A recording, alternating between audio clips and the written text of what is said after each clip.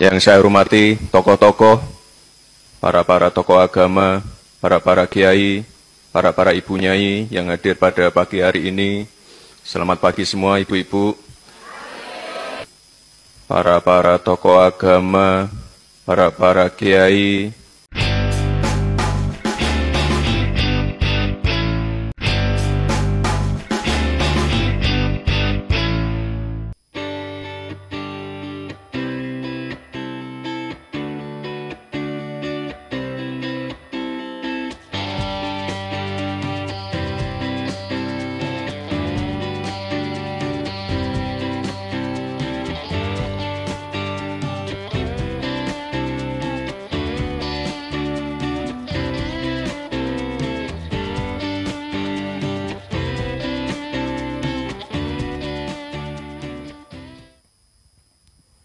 Assalamualaikum warahmatullahi wabarakatuh. Yang saya hormati Bapak Menteri Sosial sekaligus Sekjen PBNU. Yang saya hormati Pak Panglima, Pak Kapolri, Pak Waketum, dan juga Ibu Ketua Umum Fatayat NU beserta seluruh jajarannya. Yang saya hormati tokoh-tokoh, para tokoh agama, para kiai, para ibu nyai yang hadir pada pagi hari ini. Selamat pagi semua ibu-ibu.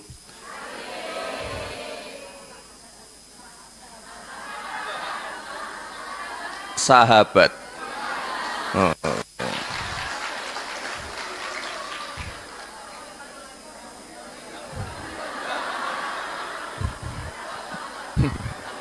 Ya udah, selamat pagi para sahabat. Salam hangat dari Bapak Presiden kita, Bapak Prabowo Subianto. Terima kasih sekali dari awal sampai di titik ini sudah membersamai saya dan Pak Presiden. Ini terima kasih sekali untuk ibu-ibu, sahabat-sahabat Fatayat NU. Terakhir kita ketemu pada saat hanya kemarin.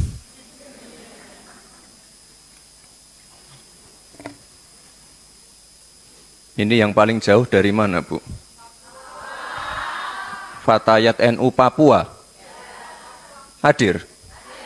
Oh, jauh sekali. Wah, luar biasa. Oh, Papua juga, Ibu. Mana? Merauke. Manokwari, wah jauh sekali. Papua Tengah, Papua Pegunungan. Ada yang dari luar negeri, tadi ada dari Turki, Mesir, ada juga. Daring, Bu. Wah, luar biasa sekali. Ini dedikasinya ibu-ibu untuk hadir pada acara. Aduh, salah terus ya. Sahabat ibu-ibu, sahabat Fatayat NU.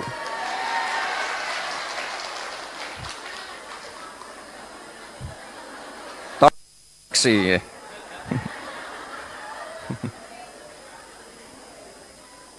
Wanita itu adalah tiang negara. Bapak Presiden kita memiliki visi untuk meningkatkan perlindungan dan partisipasi perempuan dalam berbagai sektor.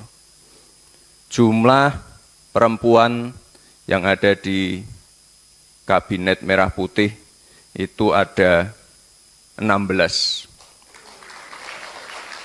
Ada menteri, ada wakil menteri, ada utusan khusus.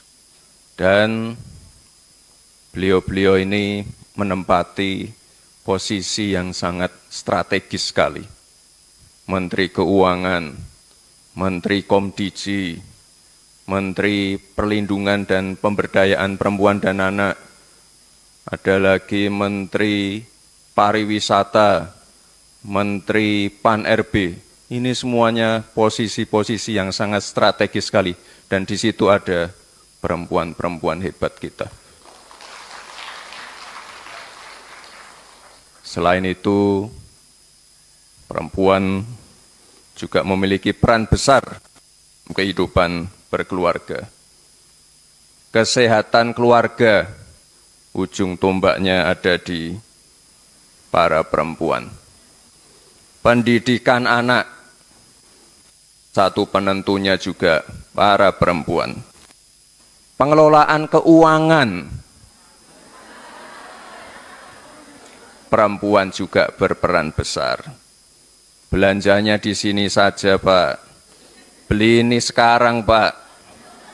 Mumpung ada diskon. Nah, itu. Perempuan penentunya. Bahkan tidak ada kehidupan baru jika bukan perempuan yang mengandung dan melahirkan. Pemerintah terus berupaya memberikan perlindungan bagi perempuan serta memperkuat peran perempuan dalam pembangunan nasional. Baik melalui peningkatan kualitas hidup serta pemberian tambahan gizi untuk anak, ibu hamil, dan menyusui. Kami sering berkunjung ke sekolah-sekolah untuk mengecek persiapan program makan bergizi gratis. Ini tanggapannya luar biasa sekali. Dan yang paling mendukung, paling mensupport program ini adalah para perempuan-perempuan, orang tuanya, ibu-ibunya. Dan kemarin pada waktu pemberian DIPA oleh Pak Presiden, beliau menyampaikan bahwa yang namanya makan bergizi gratis ini sangat strategis sekali, karena meningkatkan perputaran uang mencapai 8 miliar per desa per tahun. Ini luar biasa sekali program ini. Bahkan sebelum dilantik pun itu tiap hari orang-orang nanya, ini kapan Mas makan siang gratisnya? Belum dilantik. Tapi tahun depan insya Allah ini akan berjalan, dan saya mohon untuk para sahabat untuk ikut mengawal program ini. Lalu ada pendampingan dan pemberian akses modal, salah satunya PNM Mekar, pinjaman modal bunga rendah. Nasabahnya 21,2 juta perempuan. Dana yang disalurkan 283 T. Ini yang menarik, PNM Mekar ini NPL-nya sangat rendah sekali. Artinya ibu-ibu, para perempuan pengusaha ini sangat tertib, sangat disiplin, sehingga kredit macetnya sangat sedikit sekali. Ini luar biasa sekali program PNM Mekar ini. Sekali lagi Bapak Ibu, pemerintah tidak bisa bekerja sendiri. Pemerintah membutuhkan peran dan kontribusi seluruh komponen bangsa. Sehingga saya sangat mengapresiasi berbagai upaya yang telah dilakukan oleh Fatayat NU. Seperti penanganan stunting, pencegahan kanker serviks, penguatan koperasi Yasmin, pembentukan LKP 3A, tadi yang sudah disebutkan Bu Ketua. Ada juga Garfa, Garda Fatayat NU. Terima kasih sahabat-sahabat Fatayat NU.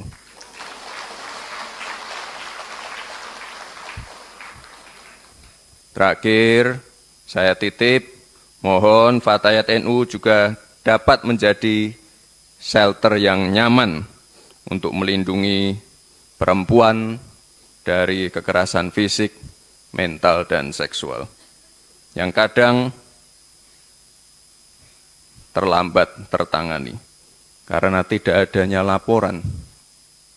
Mohon bantuan Fatayat NU untuk membantu pemerintah dalam melakukan pencegahan dan deteksi dini. Sekali lagi, terima kasih pada seluruh sahabat-sahabat Fatayat NU yang hadir pada pagi hari ini. Selamat melaksanakan konferensi besar. Semoga dapat menghasilkan gagasan-gagasan dan inovasi yang strategis. Terima kasih.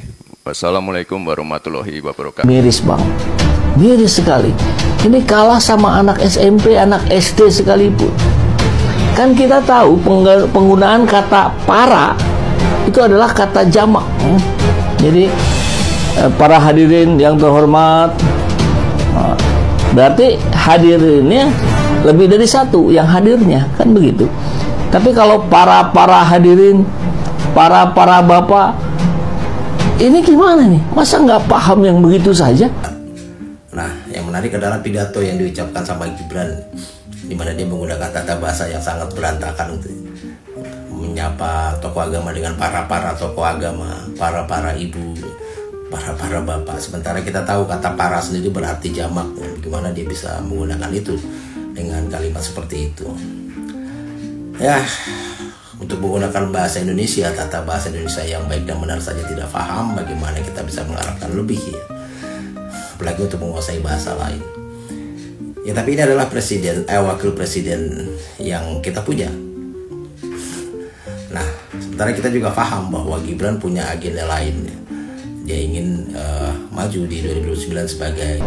Ya, ini terucap dari mulutnya Gibran. Belum lagi kesalahan-kesalahan berikutnya yang dia sampaikan. Kualitasnya terbaca hanya dari apa yang dia sampaikan di forum resmi. Miris sekali kita. Orang-orang ini kok berkenan ya dipimpin oleh orang yang tidak mempunyai kapasitas seperti itu. Dan ini representasi bangsa Indonesia mempunyai wakil presiden yang tidak mempunyai kemampuan. Karena dia adalah wakil resmi dari negara sebagai wakil presiden tuh. Lalu mungkin jurnalis asing memantau Indonesia mulai membaca kapasitas dari Gibran. Tetapi sepertinya itu dianggap sebagai yang penting ada berita gitu kan. Mau bikin ngaco atau kata Ibu Mega aut-autan pun tidak ada soal di situ. Yang penting kamera ada terus. Jadi melekat di situ keinginan untuk tetap hadir di dalam perbincangan publik. Walaupun sebetulnya mungkin sekali beliau pun Pak Gibran tidak tahu, tidak ngerti bahwa dia itu lagi dibully sebetulnya. Yang penting ada laporan dari tim media dia bahwa oke, apa istilahnya itu, notifikasinya banyak sekali tuh, followers bertambah tuh. Kan kita ingin lihat bagaimana seorang presiden, seorang wakil presiden itu menuntun negeri ini. Kendati Pak Jokowi itu tidak banyak berharap, tetapi dia sendiri harus punya inisiatif untuk membekal dengan pengetahuan, membekali dengan konsep tuh, supaya terlihat bahwa membandingkan wakil presiden misalnya Muhammad Hatta, Tri Sutrisno, apalagi Sultan Hamengkubuwono yang semua mereka itu diingat sebagai wakil presiden yang bermutu, kan itu yang ingin kita lihat sebetulnya. Jadi semua hal yang ingin kita bayangkan akhirnya batal setelah beredar video-video ini, dan itu akan jadi pelajaran untuk menilai apakah kualitas kepresidenan hari ini, termasuk di dalamnya kepresidenan artinya kabinet di situ, notice bahwa ada hal yang tidak mungkin kita tutupi lagi, itu kapasitas dari wakil presiden. Jadi sebetulnya kalau Pak Wapres mengerti apa yang sedang dianalisis oleh netizen, tentu dia mulai paham bahwa ada hal yang dituntut lebih dari situ. Tapi sekaligus mungkin publik menganggap ya kami tuntut lebih juga, ya udah segitu batasnya kan. Jadi masa lalunya tetap akan dibicarakan melalui, sekarang mulai banyak lagi yang mempersoalkan jejak pendidikan dari Pak Gibran, lalu Fufufafa tetap ada di dalam.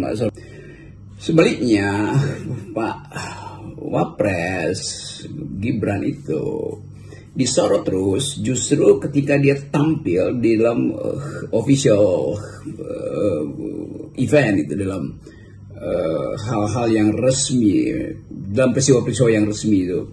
Dan kita lihat bagaimana dua-duanya dibully, diolok-olok itu. Pak Jokowi pergi ke mall, lalu komentar netizen itu begitu ramai. Apalagi Pak Gibran yang dalam posisi sebagai wakil presiden mengucapkan 1-2 kalimat yang oleh netizen dianggap berantakan itu kan.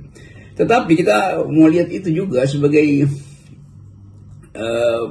bukan sekedar kepedulian netizen, tetapi cara netizen untuk menilai keluarga ini sebetulnya maunya apa, kira-kira begitu tuh. Walaupun Pak Jokowi udah pensiun sebagai presiden, tetapi gerak-gerik beliau itu memperlihatkan ketagihan kamera, kira-kira begitu. Demikian juga saudara Gibran yang masuk pesawat tiba-tiba disorot di kursi ekonomi, dan kemudian kamera berpindah lagi bersorotan pada beliau lagi memberi briefing atau sambutan dalam satu acara, lalu mulai diperhatikan betul oleh netizen bahwa kalimatnya itu para kepala segala macam itu. Jadi kelihatannya bahwa selalu ada bahan untuk dijadikan semacam kajian yang kita sebut sebagai keseharian dari tokoh-tokoh di dalam dinasti Pak Jokowi. Jadi saya kira itu akan berlanjut karena tetap kepedulian netizen justru kena diperlihatkan pada publik bahwa ada satu keluarga yang tidak berhenti dengan ketagihan kamera atau edik terhadap pemberitaan. Kira-kira itu.